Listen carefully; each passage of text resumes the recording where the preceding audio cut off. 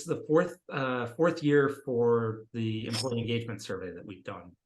So every year we go out and we, gather employers, employees, and look at what's changed from the year before, and what kind of the outlooks are in terms of employee engagement this year. And last year there was probably 2 job openings for every person looking for a job. So it was obviously a really strong employee. Employees had a lot of power at the time. This year it's a little bit different, but it's kind of similar. We're seeing from our clients still a lot of economic uncertainties. There's that question about what's the future look like, and there's kind of in quotes only 1.7 job openings for every person looking.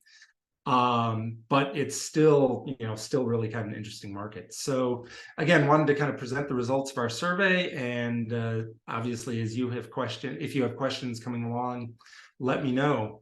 Introduced Erin already. She was very active in the survey and will help answer questions as we go through with it. And also want to introduce, we've got a new organization company that we're working with called Talent Strategy Collection. And they started this year with a focus on helping smaller and mid-sized companies create effective talent management strategies. So they offer a wide range of asynchronous courses to help those companies develop their talent management processes and improve their own employee engagement. So just again, a little bit before we begin about me, Sigrid Group, Erin. My name is Mike Durgis. I'm partner with the Sigrid Group. I'd say I'm a recovering consultant.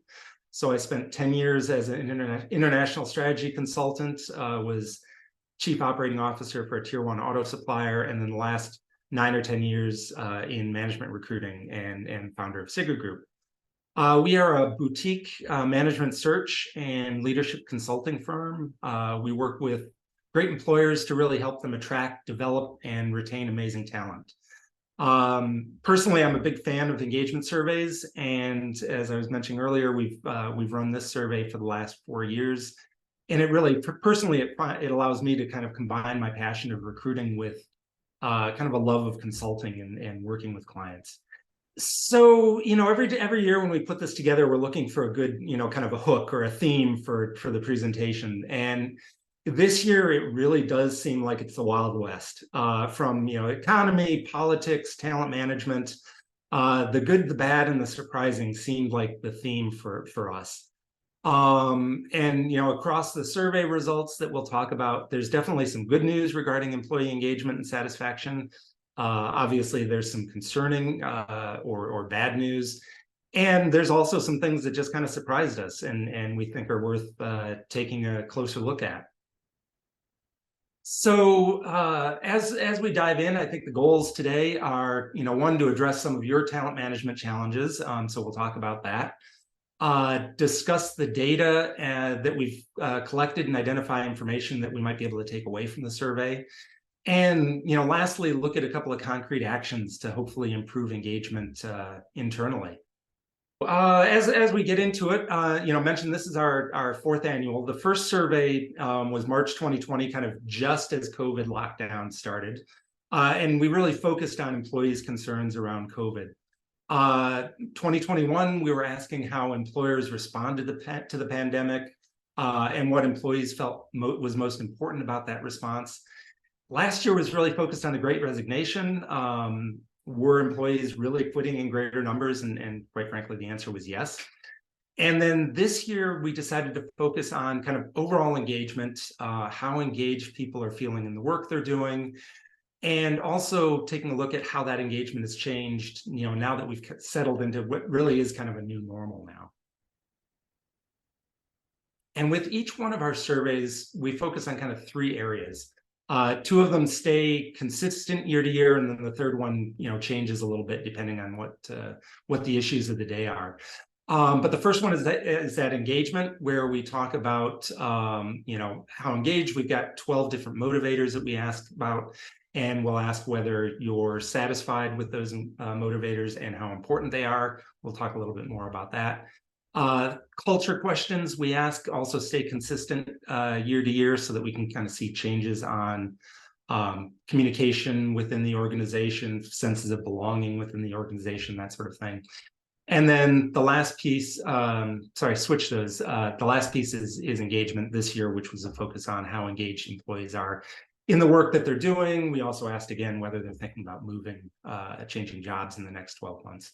So we'll talk about each one of those as we go through the process.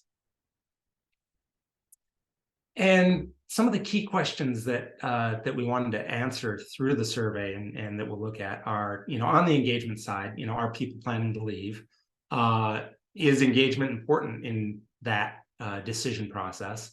On the satisfaction side, how has satisfaction changed this year? Which motivators are up, which are down? What are people thinking? And also, what's most important to your employees in terms of the things that they're looking at? And then on the culture side, how do people feel about company culture? And again, we'll dig a little bit deeper into that as we get into it. On the engagement side, again, asked how engaged is the workforce. Some of the sample questions we looked at are you considering leaving your job? I'm excited about the work I'm doing. I'm able to show up to work as myself. And so we dug into that both. There's some generational details and also some differences between whether people were considering leaving and whether they weren't. On the good side here, I think the surprising or the good aspect is people are engaged. 76% of the respondents agreed or strongly agreed that they are engaged in the work that they're doing. And 52% said that they spent 60% or more of the time doing work that they're passionate about. So that's really positive in terms of having that engagement. Doing work that you're passionate about leads to kind of less opportunity for burnout. On the bad side, we had 48% of the respondents said that they're considering leaving their job, which is actually a big increase from last year. So there's a large number of people that are out there kind of looking for the next thing. Breaking that down, 41% of them said they're leaving because of poor communication from leadership. 37% disagreed or strongly disagreed that their manager meets with them weekly, one-on-one, and knows what their personal development needs are. So as we talk about that, that's kind of some low-hanging fruit, I think, in terms of opportunity for improvement.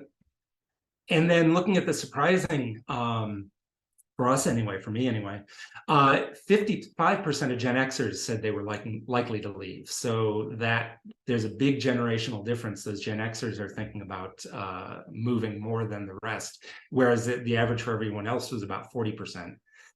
And then millennials and Gen Z, maybe counterintuitively, were most likely to strongly agree that they were engaged in the work that they're doing at 45% and 50%. So you've got stronger engagement and kind of stronger engagement from the younger generations and less stickiness right now from Gen X.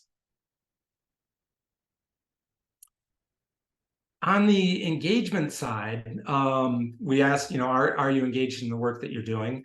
And again, encouraging, 39% strongly agreed that they're engaged. Another 37% agreed that they were engaged.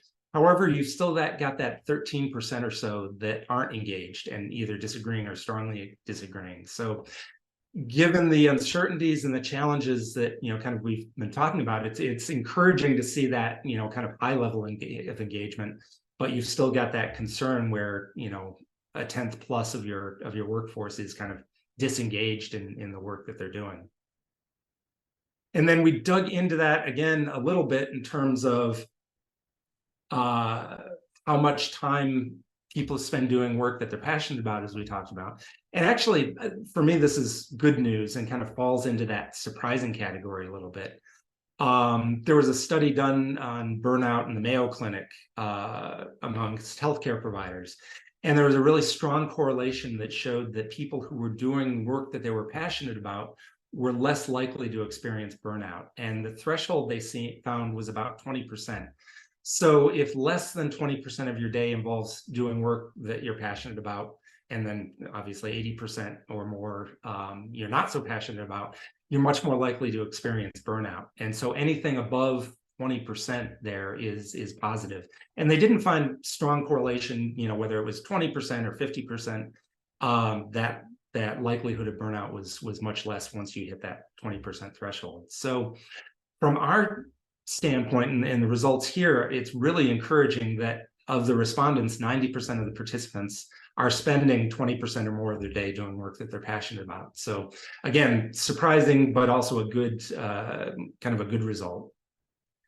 And then talked a little bit about the generational aspects and looking at folks who are considering leaving. And as we said, the overall is about 48% considering leaving in the next year. But of that, the number is, baby boomers and millennials did not change so much, roughly 40%. But it's that the Gen X at 55% and actually the Gen Z 54% that's a little bit higher and a little bit more surprising. So, from an employer standpoint, there's a couple of approaches you can take kind of using this data. And honestly, from our clients, we've seen all of those. One is just kind of stick your head in the sand model, pretend there's no risk, and just kind of hope that everybody stays. There's the prayer model. So, again, it's kind of, you really don't change anything, but hope your best people don't leave. And then you can take a more proactive approach and be proactive about retention, as we talked about, creating that stickiness and helping people understand the progressions, where they can go and what their opportunities are. But it also means understanding why people are considering leaving. So again, digging down for those that are considering leaving, asking, what are some of the key reasons? And poor communication from leadership led the list this year, followed by not being appropriately compensated. It was interesting that compensation number was lower this year than last year. So not sure why that flipped from communication from compensation rather to communication this year. But then we've also seen culture changing, and that showed up a lot in kind of the comments section of it. People not feeling part of the team, the ever popular "it's my manager" as another reason, and then lower on the commute time and required to be on site 100% of the time. So still an issue, but not as big of an issue in terms of why employees are leaving. So this slide, I'm not supposed to have favorites. I need to love all my data equally, but this slide really is one of my favorites from the presentation. And it splits between those that are saying they're staying and those that are considering leaving, and looks at the differences between satisfaction, engagement, and getting down to Christine, the communication side. The question around "my manager meets with me weekly," and so there's within this, it's a little bit of a chicken and an egg, or maybe the cart and the horse, depending on your farming analogy. And so, where the causal relationship is, are people leaving because they're dissatisfied, or are people dissatisfied because, and considering leaving? But the average satisfaction is 18% lower for people who are considering leaving. Looking at the other metrics, 19% are not engaged and are spending less than 20% of their day doing work they're not passionate about, or doing work they're passionate about. And 24% feel that they can't show up as themselves. So there's a big kind of difference or split between those that are considering leaving and those that are considering staying. But getting to that, kind of the biggest difference, and I think where as leaders, we can have really an immediate and kind of a free impact, is on that meeting with our people. So those who are considering leaving, down those bottom two lines, are much less likely to have regular weekly interactions with their managers. And this, we're talking about, 15-minute one-on-one conversations where you can talk about, a range of topics, not just work related, get to know, the employees on a personal level, and build that bond, especially if you've got a hybrid work environment. So looking at that, that difference, the folks that are, meeting more regularly with their managers know them, understand what their needs are much more likely to stay versus those that are considering leaving. Then the second piece we look at is satisfaction. How satisfied is the workforce? And here we ask the same kind of 12 questions about satisfaction motivators, things like how happy are you with your current level of recognition? How satisfied are you with job security? How satisfied are you with compensation? And in addition to asking how satisfied they are, we also ask how important it is, because we think it's important to focus on not just that pure satisfaction level, but also the importance, so that you're not focusing your scarce resources on something that they might not be satisfied with, but they also don't care about. And then it also allows us to create a nice, colorful 3x3 matrix to kind of give you the ideas. So here's the satisfaction survey, the results, looking at the satisfaction and then also that importance. And so anything in the green is, for us, things you really don't have to worry about. Satisfaction is relatively strong, and it's relatively important, or it's not as important. Satisfaction is kind of, mid-level.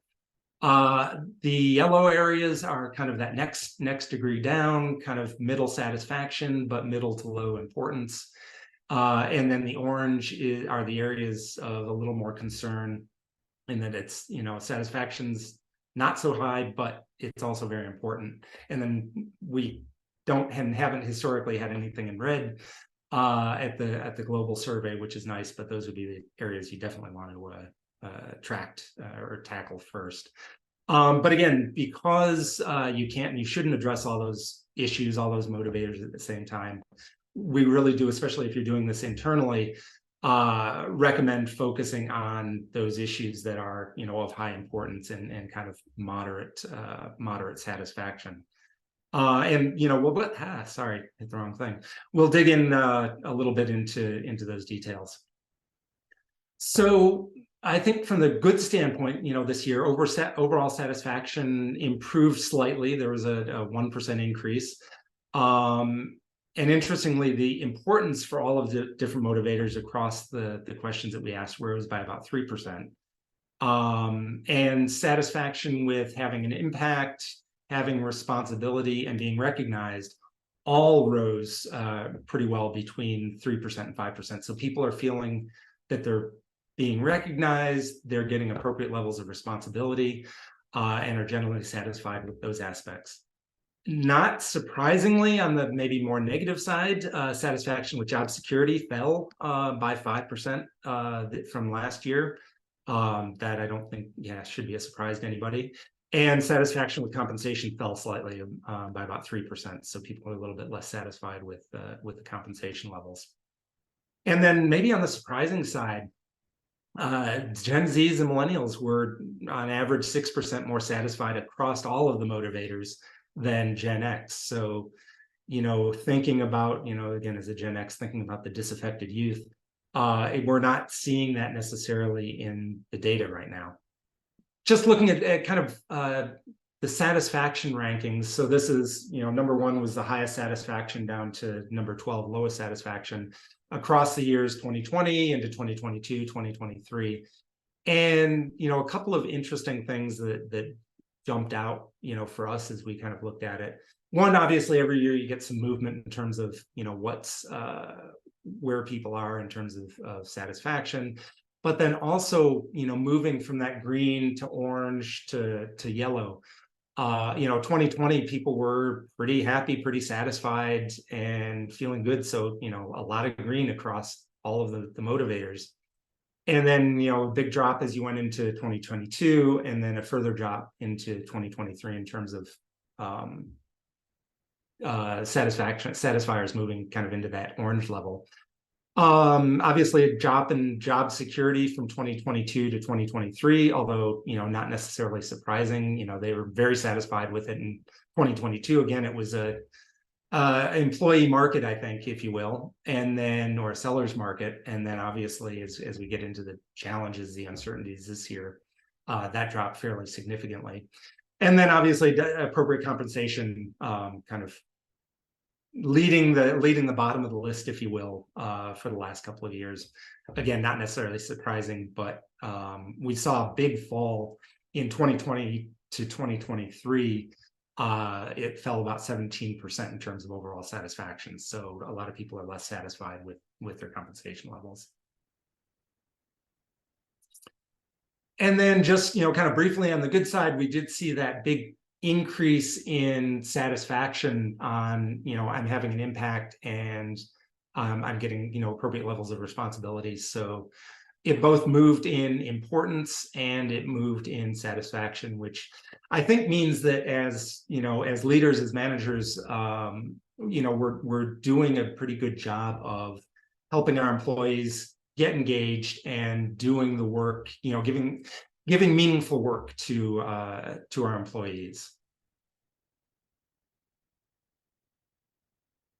And then we talked about job security and satisfaction, kind of, moving down the list. Satisfaction, though, for Gen X on the job security side fell the most, almost 10%. And actually, job security for millennials rose a little bit. So they were seeing a little bit of maybe opportunity in the changes. And then regarding compensation, interestingly, Gen Z and millennials, their satisfaction with compensation actually increased a little bit. But there was another kind of 10% or so drop in Gen X satisfaction. So a lot of that shift was driven by Gen X disappointment, dissatisfaction with the compensation, but Gen Zs and millennials seem to be okay with with the compensation packages and maybe the moves that they're seeing in the through the organization. We did dive a little deeper into what, from a compensation standpoint, what would make you more satisfied? A question that we've asked for all the years of the survey. And obviously, I think this year we're seeing, cash is still king. The cost of living increases has now kind of taken the lead overall with merit increases. So truly cash-based compensation improvements taking the lead. But people also want to know what their potential is. So it was interesting to see a big jump in looking at feedback on local wage rates. Actually, a couple of the comments said, yeah, local wage rates are nice, but we want to actually see what it is nationwide. Personally, I see a little bit of challenge in that, but it was interesting feedback nonetheless. And then I think, going to, Christine's comment, early on about, kind of mobility and opportunity, we saw another increase again, this year back up to kind of 2020 levels in terms of communicated and consistent opportunities, bonus opportunities in this case. So, as part of that progression, as part of the succession planning to say, hey, here's where you can go, here's what the opportunities are, that might be another opportunity to create kind of stickiness within the workforce. And then we broke out the satisfactions by generation. In this case, looking at Gen X, millennials, and Gen Z. Overall, as we talked about, Gen X is kind of the least satisfied and has the most motivators in that orange category. So kind of a lot of challenges. I'm just, I guess, more disengaged than everybody else as a Gen Xer. But then, looking at the millennials, where, half of the motivators, they're, kind of in the green. They're feeling good about job security, having an impact, the work environment, all, kind of positive. And then Gen Z also relatively positive in terms of the things they're interested in and concerned about. There was a kind of interesting disconnect in satisfaction in the work-life balance between Gen Zs, millennials, and Gen X.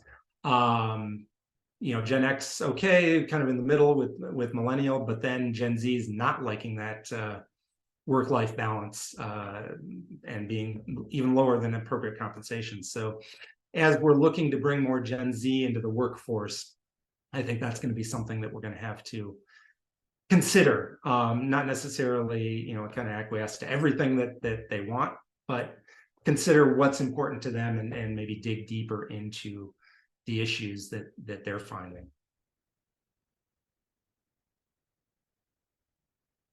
And frankly, this is a little bit more eye candy, I guess, across the board in terms of looking at those, all the 4 generations and the 12 different motivators that we have.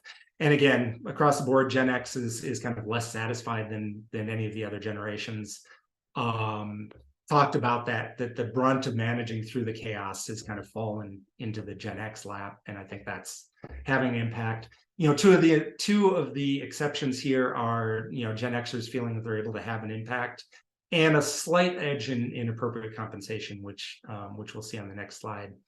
Talked about Gen Zs and millennials are some of the most satisfied across all of the metrics, which again, I think points to a couple of positive trends.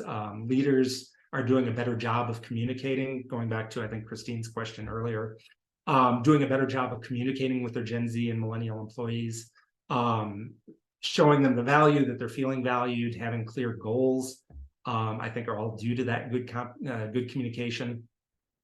And the work environment, primarily hybrid still, seems to be working. Millennial satisfaction with their work environment rose 16% from 2022, and actually Gen Z was up 14%. So as we're settling into what we're calling the new normal, that seems to be working for the younger generations. And again, kind of the last 6 of our 12 motivators, Gen X is kind of less satisfied across all of those. Interesting, Gen Z feels satisfied with the policies. Millennials have a strong satisfaction with their job security. I think that's probably looking around and saying, they're the next largest cohort as they move up, and there is, I think, going to continue to be a lot of opportunity for them. And overall, Gen Z is more satisfied with the compensation, but obviously from the other data, it's still an issue of concern. And actually kind of diving into that, the culture. So here we ask, a number of, again, sample questions. The organization values diversity, is a diverse place to work. People have a growth mindset. Leadership, this organization, I thought I fixed that. In this organization, communicates well with employees. For these types of presentations where we're looking at culture kind of globally, I'll say just up front, I don't necessarily find the culture questions provide that much insight, because it's kind of a aggregation of everybody, and you don't typically see a whole lot of movement across the questions. However, I think, Christine, to the previous point, these questions are really important at the employer level. So specifically knowing, what are the cultural attributes you're trying to have, and also maybe trying to avoid, and kind of digging into those. For the culture questions, this year we found a lot of consistency between 2022 and 2023. The perception of collaboration and communication from leadership has actually fallen, so dropped a little bit this year. And interestingly, Gen Z kind of across the board had overall the highest opinion of corporate culture. So, again, that the trope of the disaffected youth doesn't necessarily play out across the data. And again, because there wasn't necessarily a lot of kind of meaningful insight, we've only got about 5 minutes left. Didn't spend a whole lot of time there. 2 things I will note is if you do kind of the culture aspect surveys within your organization, we do see interesting kind of splits and we look at it between leadership and kind of the employees. There tend to be interesting splits between kind of communication and usually around kind of growth mindset. So if we ask, leadership communicates effectively with the employees, leadership typically says, yeah, wow, we're great. We're 4.5 out of 5. And the employees are saying, yeah, no, you guys are really around a 3.5. So there's a difference in the split between, perceived communication from, leadership and then to the employees. And then the reverse side of that is around like perseverance or, as I mentioned, maybe growth mindset, where the employees are saying, yeah, we stick to it. We persevere through all of our challenges, or we're engaged in helping the company grow. We feel really strongly about that. And leadership, no, not so much. So you see these kind of between leadership and the employee base, some differences. And then very kind of digging into it kind of briefly, and we've started to talk about some of these things, so some of it will be a little bit repetitive, but how do you use the information? We've got some of the data in the final minutes, kind of having a conversation and discussion about, some of the actions you can take. And I think, in terms of building that engagement level at the top, obviously the base is your core values, as we talked about. What are the values that you want? What are the values you don't want? Asking your employees through, engagement surveys, pulse surveys. The surveys themselves are good, but then we kind of take that data and do a deeper dive when we're working with clients to, do interviews at the employee level to kind of get a better feel for it. Training your leaders, training them around, communication. How do you, meet one-on-one with your employees? And then that communication aspect that we've talked about is so important, especially in this hybrid workforce. So talking about asking your employees, conduct a survey. We ask a lot of companies, and they haven't done employee surveys in 2+ years. It's a great time to do that now. Talking about stay interviews. Typically it's better if you can have a third party come in and kind of do it from a kind of anonymity, feeling secure and having that conversation, but HR can do it. Have those stay interviews. What do you like about working here? What don't you like about working here? Just have managers take employees out to lunch, drop into the break room. Simple things that you can do very effectively and very relatively inexpensively to assess where you're at, and also start to have that image of, yes, we're interested, we want to make changes.